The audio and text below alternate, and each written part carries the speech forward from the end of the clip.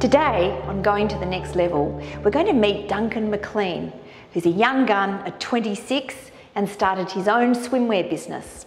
Already, Way Funky is exporting, and we're going to talk to Duncan today about his steps he took and which countries he chose, what's worked and what hasn't. Were you going to export from day one? Certainly not. It wasn't a strategy that I had when I first started the business, that it was going to actually develop into something that I could make a living off and sustain into a business.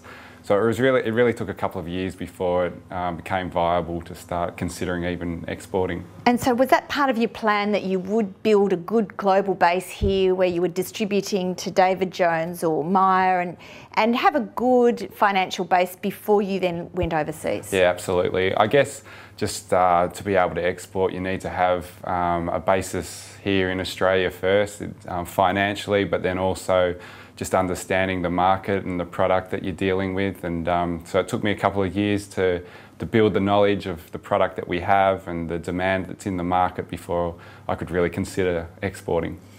Which market did you go into first? I had a bit of a plan before we really got into it, and to start off it was looking at New Zealand, a country that we considered to be very similar to Australia in terms of the products that they wore. It was the same season as Australia, so it wasn't as though we had to bring out a new collection specific for New Zealand. The exchange rate's fairly similar, and so it was, I guess, a smaller Australia that we were looking at when we decided to start with New Zealand. How did you actually work on the strategy? Who did you work on it with? Well, basically, we is me. It was very much something that I started by myself, but then I had my parents who supported me as well in terms of just bouncing off ideas, friends that supported me, throughout, just so I could discuss with them the different strategies to take on. But for the first couple of years, it was really just, I guess, what I decided to do with the business and the way I directed it myself. So how did you research the New Zealand market? I went through Austrade, sort of had a case manager there who helped us with the first step, but then it's very much just having a look into it yourself, having a look on the internet. There's fantastic resources just on the internet to find out just prices, what products are selling well. And then visited New Zealand and went around some of the stores and had a look at what was on the racks, how much it was priced at, whether swimming pools stocked swimwear, just little things like that. And then from researching the market, how long did it take for you to launch in New Zealand? It was the next season, really decided that it was a market that was going to be viable for my product to sort of move into, the same areas basically in the swimming pools for the Funky Trunks and Funkita swimwear, which is active swimwear, chlorine resistant swimwear.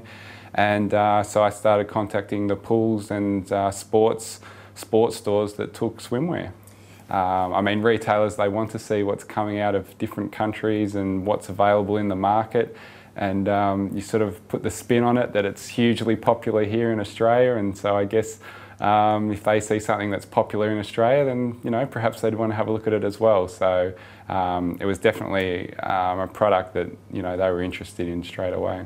So then you went over with samples, and what did you do then? Did you develop relationships with big chains, or were you shopping door to door? No, it was more door to door. It's really about just building up a ground level base to start with. I didn't want to try and get it in at a higher department store level at that stage. It was more about finding just the smaller stores that could take the product, and there'd be smaller orders, but it would just give me a good sort of test into the waters to see what the New Zealand market was like.